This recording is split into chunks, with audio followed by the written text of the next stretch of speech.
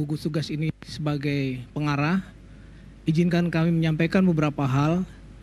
Yang pertama, seiring dengan kebijakan pemerintah untuk melakukan social distancing, physical distancing, kemudian kebijakan itu ditindaklanjuti oleh Bapak Kapolri dengan mengeluarkan maklumat Kapolri yang intinya adalah mengajak kita semua untuk berupaya untuk tidak melakukan kegiatan-kegiatan yang sifatnya mengumpulkan orang banyak atau melakukan kegiatan-kegiatan baik itu kegiatan sosial, kegiatan-kegiatan dalam bentuk rapat-rapat dan sebagainya untuk tidak dilakukan dulu. Kita berusaha untuk menjaga jarak, melakukan physical distancing secara disiplin, dan aparat Polri diperintahkan sesuai dengan maklumat Bapak Kapolri untuk melakukan penindakan.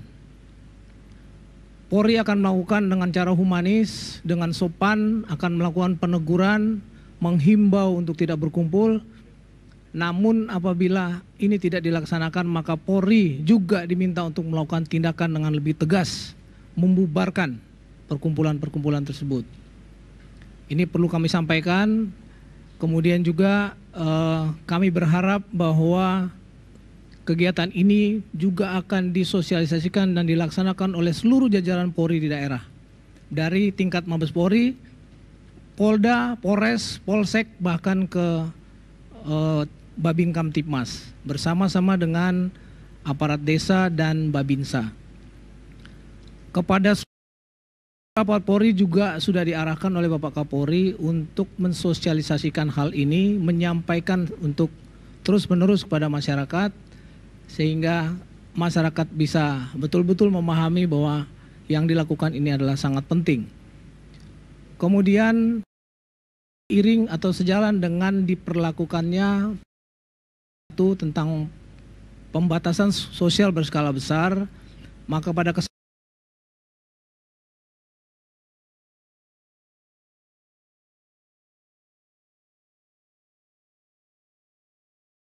banyak, kemudian juga meminta kepada semua masyarakat untuk tidak pulang kampung atau tidak mudik, untuk kita bersama-sama berusaha untuk mencegah penyebaran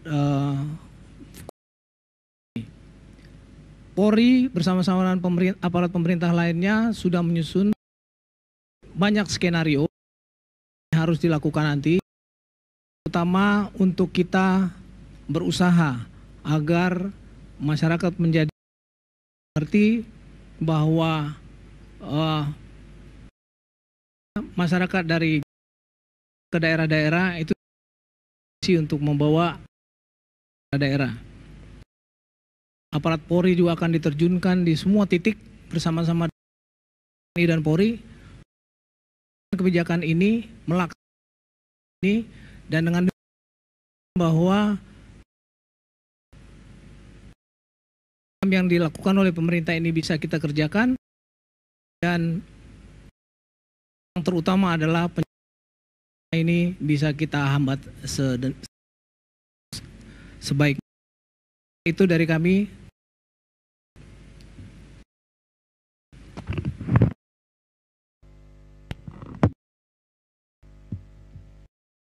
Dan sejak awal, bahkan sejak sebelum terbentuknya gugus tugas ini, atas dasar perintah Presiden, maka Panglima TNI telah mengerahkan kekuatan, kemampuan, dan gelar TNI untuk mendukung tercapainya tugas-tugas dalam rangka menindakan COVID-19 ini. Seperti kita ketahui bersama, sejak awal pesawat-pesawat TNI, baik itu TNI Hercules maupun Boeing, telah digunakan untuk menjemput dan digunakan juga dalam rangka pendistribusian logistik ke daerah-daerah. Selain pesawat TNI, juga kita kerahkan adalah kapal KRI, kapal Republik Indonesia. Seperti kita bersama, KRI Suharto, KRI Semarang, saat ini ada di daerah Kepri, dan ini akan kita gunakan dalam rangka pergerakan warga negara Indonesia yang ada dari sana menuju ke Pulau Jawa. Demikian juga kita menggerakkan seluruh sarana angkut darat yang dimiliki oleh Kodam-Kodam dalam rangka pendistribusian logistik dan juga pendistribusian alat kesehatan yang dibutuhkan di masing-masing wilayah. Selain menggunakan alutsistanya, TNI juga mengerahkan personilnya dan juga gelarnya, di mana kita ketahui bersama bahwa para Panglima Komando Daerah Militer itu bertindak sebagai wakil kepala gugus tugas yang dijabat oleh kepala daerah baik di tingkat provinsi maupun tingkat kabupaten dan kota. Dan bahkan juga tidak hanya tingkat pusat dan tingkat wilayah, tapi sampai juga ke tingkat desa. Para Babinsa bekerja sama dengan Babin Kaptipmas itu bahu-membahu untuk menggalang masyarakat, mensosialisasikan tentang protokol kesehatan kepada masyarakat. Juga mereka juga digerakkan untuk ikut membantu kepala RT, ketua RT setempat dalam rangka mendata para warga negara Indonesia yang baru pulang atau mencapai ke desa. Harapan kami dengan adanya kerjasama ini, maka pelaksanaan gugus tugas ini dalam rangka percepatan penanganan COVID-19 ini dapat terwujud. Semua akan bisa kita laksanakan apabila kita bekerja sama dan sama-sama bekerja. Demikian.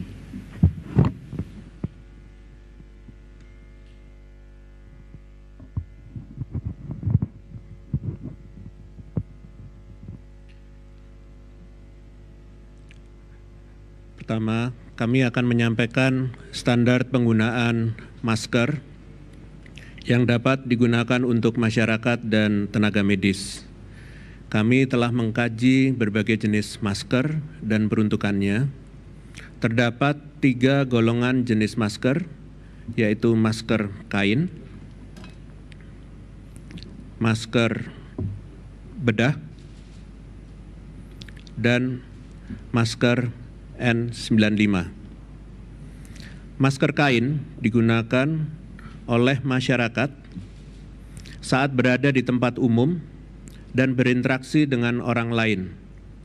Masker ini dapat terbuat dari kain minimal 3 lapis yang dapat digunakan oleh masyarakat dan apabila mulai basah bisa diganti.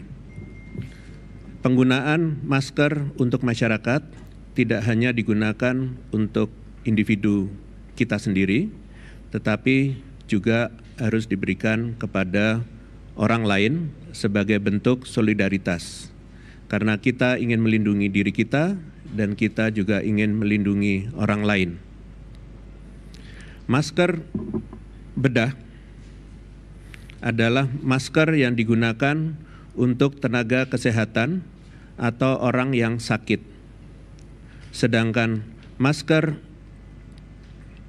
N95 digunakan untuk tenaga medis yang menangani pasien dengan risiko infeksius tinggi.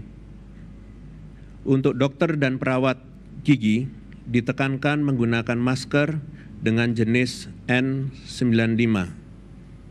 Kami mengetahui bahwa ada beberapa tenaga dokter gigi yang telah gugur, maka dari itu disarankan untuk menggunakan masker N95.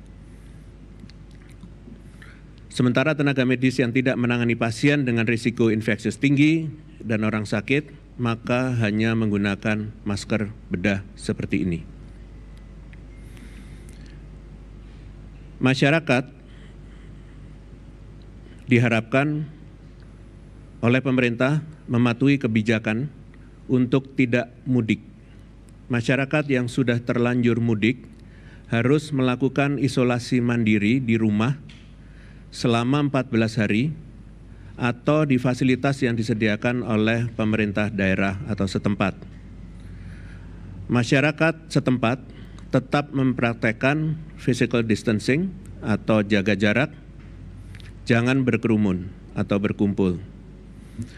Masyarakat terbagi dalam 2 kelompok, yaitu kelompok yang berisiko, yang terdiri dari usia lanjut, dan masyarakat yang memiliki kondisi atau penyakit penyerta seperti diabetes, jantung, dan penyakit paru, serta kelompok muda yang sehat. Sehingga kelompok utama yang harus dijaga adalah kelompok usia lanjut dan yang memiliki kondisi atau penyakit penyerta agar tidak tertular COVID-19. Peran pemerintah daerah di semua tingkat, baik mulai dari RT, RW, desa, kecamatan, kabupaten, kota, dan provinsi, sangat penting sehingga sangat diharapkan bantuan dan kerjasamanya sebagai gugus tugas COVID-19 di daerah dengan mengoptimalkan segala sumber daya yang dimilikinya, termasuk penggunaan dana yang direalokasi termasuk dana desa. Ucapan terima kasih dari kami untuk kerjasama dan solidaritas pemerintah daerah dan masyarakat dalam memerangi COVID-19. Terima kasih.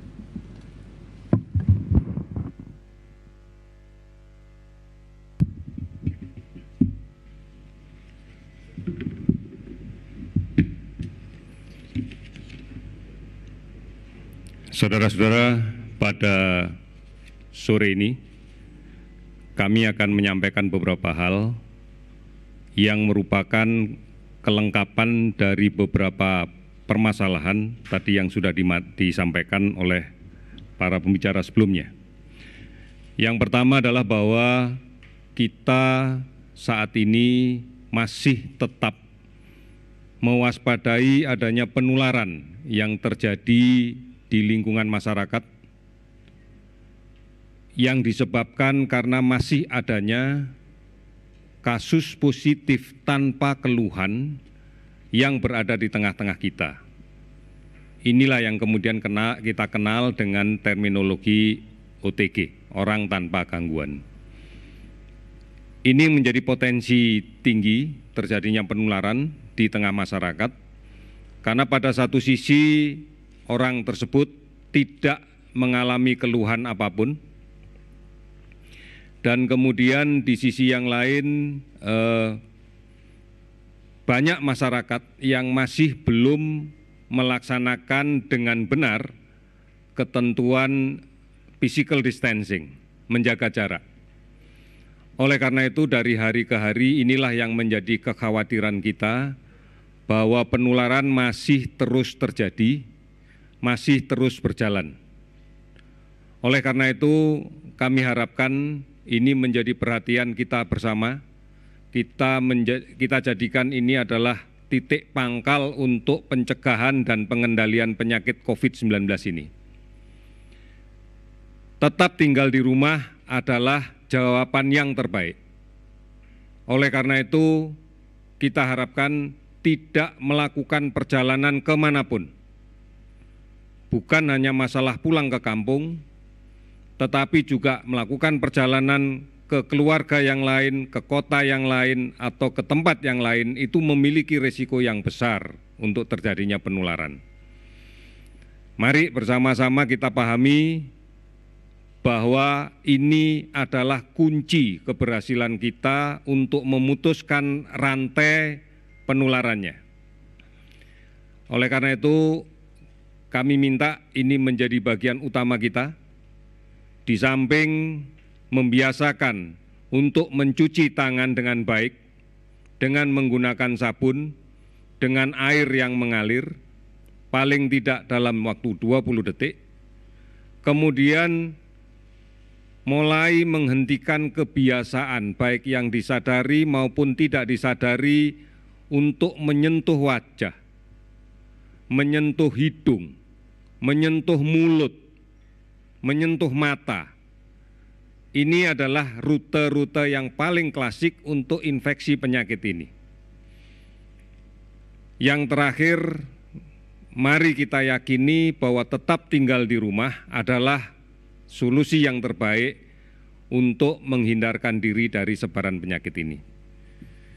Saudara-saudara, berikutnya kami sampaikan bahwa pada hari ini tadi telah kita lakukan pendorongan logistik berupa APD dan masker dari Jakarta menuju ke Batam, Tanjung Pinang, Medan, Banda Aceh, kemudian Balikpapan, Tarakan, Gorontalo, Manado, dan Kepalu, kemudian Pontianak, Palangkaraya, dan Banjarmasin, dengan jumlah kisaran antara 5.000 sampai dengan 7.000 lembar APD, dan masker dengan kisaran antara 20.000 sampai dengan 150.000. Kegiatan-kegiatan ini adalah bukti bahwa pemerintah berkepentingan dan sangat memperhatikan kebutuhan layanan di daerah yang dilaksanakan oleh saudara-saudara kita, para tenaga kesehatan di semua lini layanan kesehatan. Bukan hanya di rumah sakit umum pemerintah, tetapi juga di rumah sakit swasta, di klinik, di praktek, di puskesmas, yang semuanya memiliki risiko yang sama untuk terpapar penyakit ini. Oleh karena itu, APD menjadi sesuatu yang sangat penting bagi pemerintah, karena inilah upaya kita untuk bisa memberikan layanan terbaik pada warga negara yang menderita COVID, disertai perlindungan maksimal bagi petugas layanan kesehatannya. Ini yang akan kita laksanakan terus, dan kami berterima kasih bahwa banyak pihak masih terus-menerus memberikan bantuan, baik diserahkan langsung kepada masyarakat maupun kepada pemerintah daerah atau melalui gugus tugas di tingkat nasional. Kami menyadari bahwa inilah sebenarnya bentuk toleransi sosial yang menjadi bagian dari jati diri bangsa Indonesia. Kita akan terus melakukan upaya ini dan kami yakin masyarakat akan bersama kita untuk menghadapi permasalahan COVID-19 ini. Kemudian yang terakhir, pada hari ini kami melakukan pendataan dan merekap kembali seluruh data. Kita masih cukup berprihatin pada hari ini masih terjadi penambahan kasus untuk konfirmasi positif sebanyak 106 kasus, sehingga total menjadi 2.092 kasus konfirmasi positif dengan menggunakan pemeriksaan molekuler. Kemudian kita bersyukur bahwa ada 16 saudara kita yang sudah sembuh dengan pemeriksaan negatif dan 2 kali berturut-turut sehingga bisa dipulangkan, sehingga total menjadi 150 orang. Kita bersyukur bahwa mereka yang sudah sembuh ini kondisinya bagus dan tidak perlu dikhawatirkan lagi untuk menularkan penyakit. Bahkan kita yakini yang 150 orang ini telah sembuh dan memiliki imunitas, kekebalan terhadap virus COVID-19.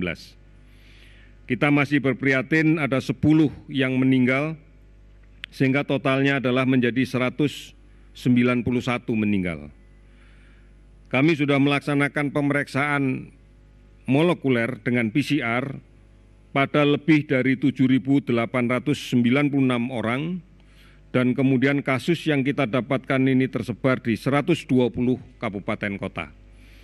Kami melihat bahwa sebaran kasus sekarang muncul akibat pergerakan orang tanpa gejala, kasus positif tanpa keluhan apapun dari kota-kota besar yang kita data memiliki kasus tertinggi sebagai pusat-pusat sebaran, ke daerah-daerah di sekitar, ke kota-kota di sekitar.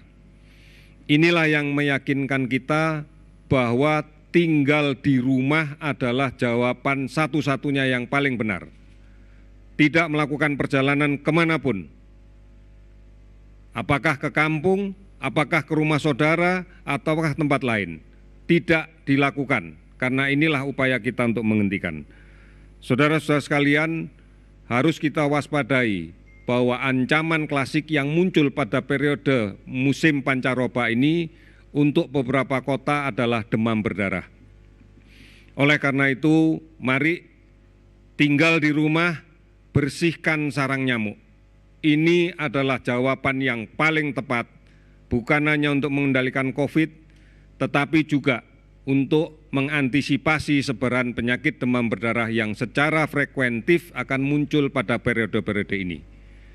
Kami yakin kita semua bisa tinggal di rumah, berantas sarang nyamuk, pasti kita mampu melakukan itu. Dengan bersatu, dengan semangat saling melindungi, lindungi yang sakit, lindungi yang sehat, lindungi keluarga kita, lindungi lingkungan kita, maka kita menjadi bagian yang kokoh dari lindungi bangsa kita. Kita bisa. Sekali lagi, kita bisa. Terima kasih, selamat sore. Itu dia kita sudah dengarkan. Yang terakhir kita dengarkan pernyataan dari juru bicara pemerintah terkait penanganan COVID-19, Ahmad Yuryanto, yang mengatakan menyampaikan data terakhir terkait dengan kasus positif COVID-19 yang bertambah 106 orang menjadi total 2.092 kasus. Lalu ada tambahan 10 korban jiwa sehingga total korban meninggal dunia akibat COVID-19 menjadi 191 orang. Kabar baiknya ada tambahan 16 orang yang berhasil sembuh dari COVID-19 sehingga total yang sembuh 150 orang. Tadi disampaikan oleh sejumlah pihak bahwa TNI Polri juga ikut bersinergi untuk ikut memastikan seluruh masyarakat menuruti imbauan pemerintah, terutama physical distancing untuk menjaga jarak sosial, tetap di rumah dan tidak mudik. Tadi juga sudah disampaikan oleh Kepala Tim Pakar Gugus Tugas terkait dengan standar penggunaan masker yang juga bisa menjadi pengetahuan bagi masyarakat bahwa ada beberapa jenis masker dan tidak semua harus menggunakan N95 maupun masker bedah. Kami tutup Breaking News Kompas TV sampai di sini. Saya Stefani Ginting. Terima kasih atas perhatian Anda. Sampai jumpa.